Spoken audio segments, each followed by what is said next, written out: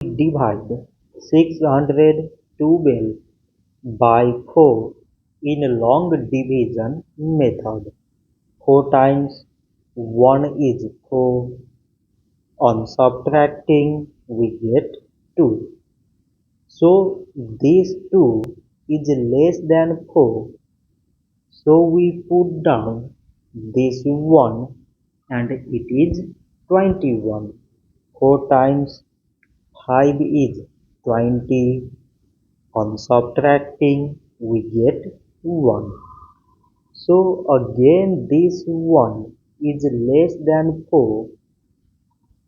So we put down this 2 and it is 12. 4 times 3 is 12. On subtracting we get 0. So 612 divided by 4 is 153. So this much for today and thanks for watching.